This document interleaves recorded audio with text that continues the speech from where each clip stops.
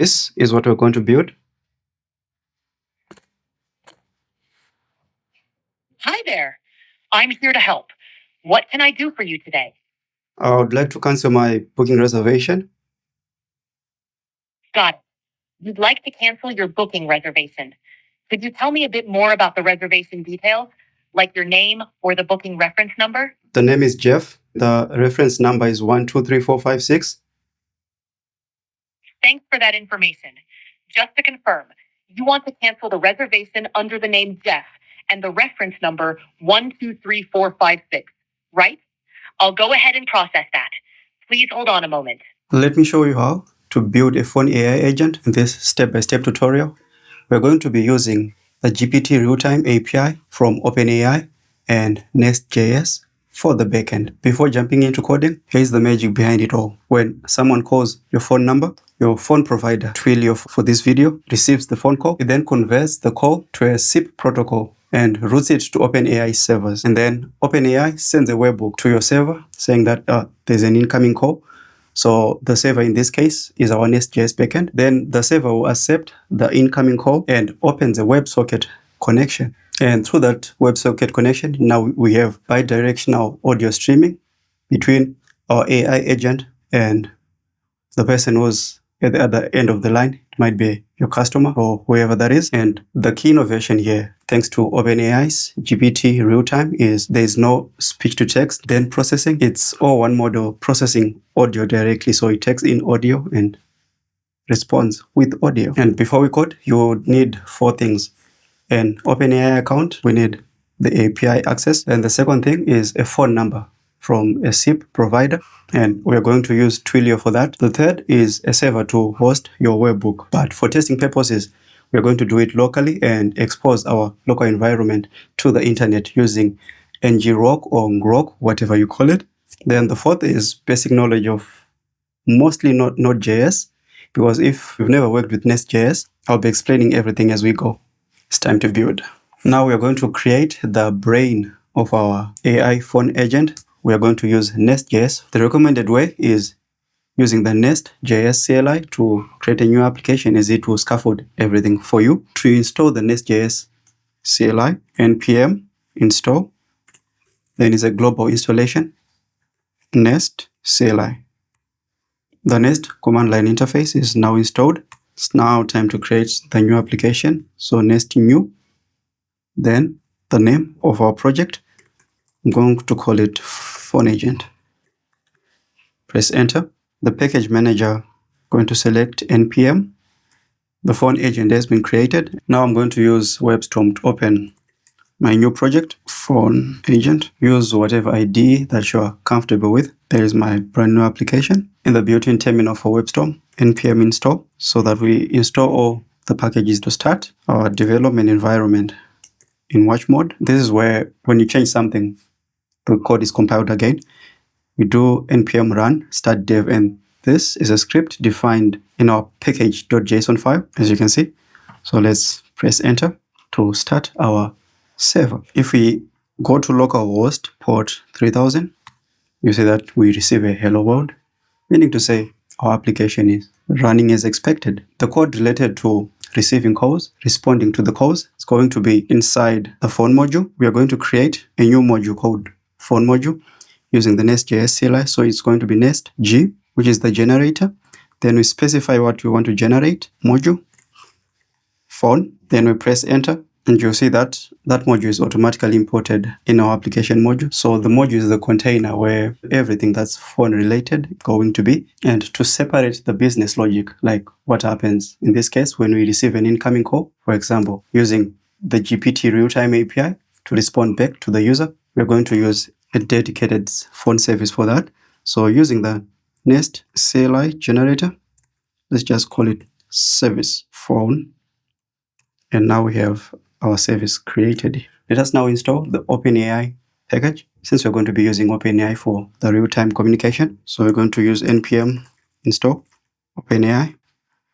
Now we're going to set up OpenAI and go to platform.openai.com. I'm going to create a new project that I call phone agent demo. And then under API keys, I'm going to create a new key for our phone agent.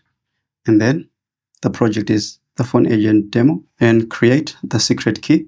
Make sure that you copy this key and save it somewhere, because you'll only be able to see it once. As you're going to see later, we'll be saving this API key in an environment file. From our architecture diagram, we're saying that when we receive an incoming call, Twilio, which is our SIP provider, will forward that call to OpenAI, and then OpenAI will communicate with our backend. So we are going to create a webhook so that OpenAI can notify us that there's an incoming call. Click create, then give it a name, phone agent demo. For now, we're just going to give it something random. Then the event type, we're interested in the real-time API, an incoming call. So we click this event, create, save the signing key.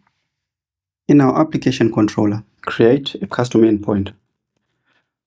Say post request from Nest.js common, and the URL is, let's just call it webhook for now. Then we create the method. Let us call it webhook verification. This is the endpoint where OpenAI will notify us when we have an incoming call. From the documentation, they recommend that when you receive the payload, you immediately confirm that you've received the payload. So we send an HTTP code of 200, and this HTTP code decorator comes from Nest.js common. Now let us import OpenAI and initialize an OpenAI client that we're going to use to verify our webhook. Because like I said, the first step is we have to verify that the request is actually coming from the OpenAI servers. We have access to the unwrap method from the OpenAI client that will do the verification process for it. Simplifies the verification. So I'm going to define a constant for the event, this dot client dot webhooks dot unwrap, and the type of the request that we're going to capture is the raw body request, because signature verification depends on the raw body of the payload instead of the JSON parsed version that we get when we use request.body. Then we import the raw request body from Nest.js common as a type. Then we pass the raw body to our request, and then we pass the headers. And the verification process is an asynchronous request. So let's add a sync to our method. Then we await. In order to fail gracefully, let's repeat in a try and catch block. And if our event is a real-time incoming call, let's just return Pong for now. Let's just display something on the console. Testing success. And in the event of an error, let us console log the error. We're going to be replacing the console log with the Nest.js logger very soon. But this is so that we can be able to test whether our endpoint is actually working as expected. But before that, to make sure that we actually receive the raw body, let us go to our main file. Then we pass a configuration and specify that we want the raw body. This will make sure that in our controller here, where we are specifying that we need the request to be the raw body, we actually receive the raw body instead of the JSON parsed version. Let us start our development server, which is now running on port 3000. And as you can see, since we instantiated the OpenAI client here, we have to specify the OpenAI API key. So I'm going to create an environment file in our root folder. But before that, to make sure that the environment file is not going to be tracked by Git, we ignore all environment file to make sure that they are not being tracked by Git. So I'm going to create the environment file and specify the OpenAI API key. We paste the API key that we created when we set up our OpenAI account. We also need to specify the secret key for our webhook.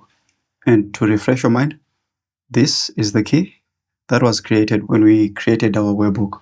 So you can rotate the signing key and generate a secret key here in the event that you don't remember the previous one. Then copy and then save it there. And for Nest.js to be able to read our environment file, we need to install Nest.js config. After the installation is done, we go to our application module and then we import the config module for root. And with that change in place, it's now time to test if our endpoint is actually communicating with OpenAI. So we're going to use ngrok to expose our local environment. So we take the HTTP route and go to our webhook endpoints in platform.openai. And we have the ability to test an event. But before that, we now have to supply our actual URL as we're using a placeholder during setup. Then we save. Let us send a test event. Test. If you look on our Nest.js console, you can see that the communication is there, but we have to specify the OpenAI webhook secret key, of which we did in our environment file. The only difference is that we used a unique name. If we used this same format, the OpenAI client would have been able to identify the key. What we now do is we go in the application controller. Let us define our webhook key. In our unwrap function, we then specify the webhook key. Then we go back to OpenAI and send another test request. And as you can see, the test has been successful, meaning to say we are now subscribed to any event associated with an incoming call. So the next step is the voice agent that's going to respond back to users when we receive an incoming call through the OpenAI real-time API. And in order to keep our controller lean, we are going to put all that logic inside the phone service. Then create a method for accept incoming call. And we need the call ID of type string and add the ability to specify custom instructions or model for the real-time agent that we're going to use for the phone call.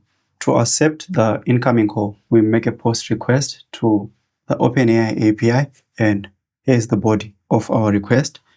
The type is real-time. Then output modalities specifies that in this case, we are only interested about the audio because this module can respond using text and audio, but we only want the audio piece. We then specify the voice model that we want to use. I'll show you soon how you can determine which voice model to use. Using the OpenAI playground, we give the model instruction. To make the post request, I'm going to use the Axios package. So npm install Axios. After installation is done, we then make a post request to the OpenAI API, accepting the call.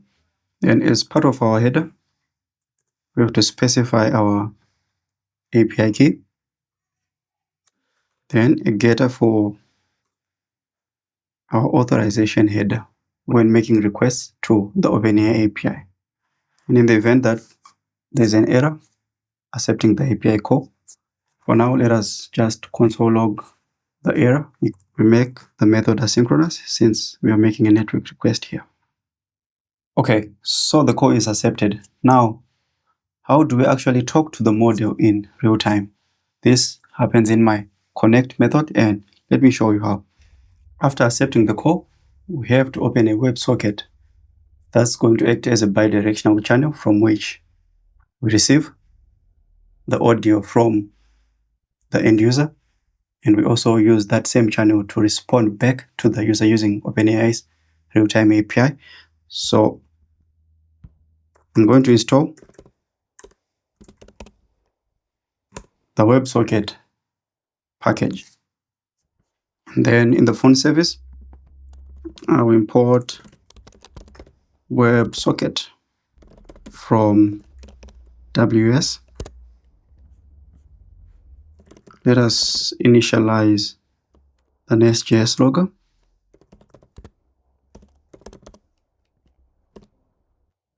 Then we instantiate our socket with the event type.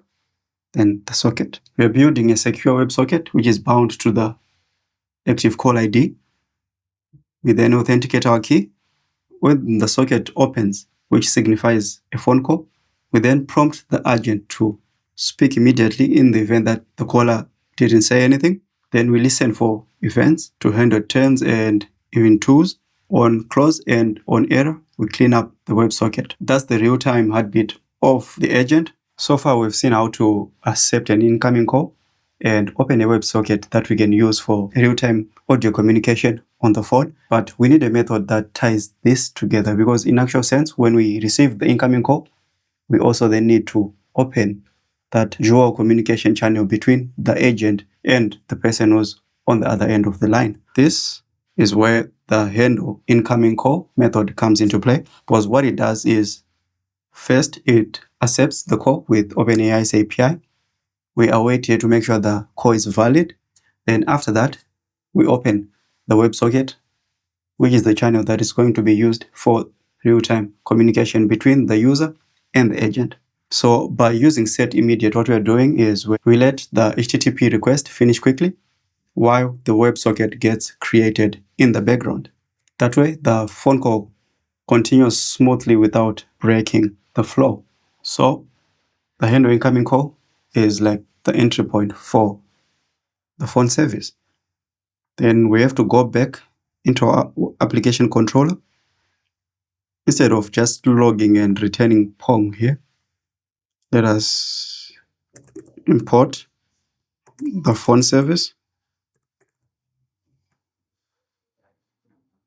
And then the moment we receive an incoming call, we call the handle incoming call. We get the call ID from our event.data.call-id. And to be safe, let us also check that our call ID is not now. Return. And since we have used the phone service in our application controller, let us go to the phone module and then export our phone service. Then we go to the application module.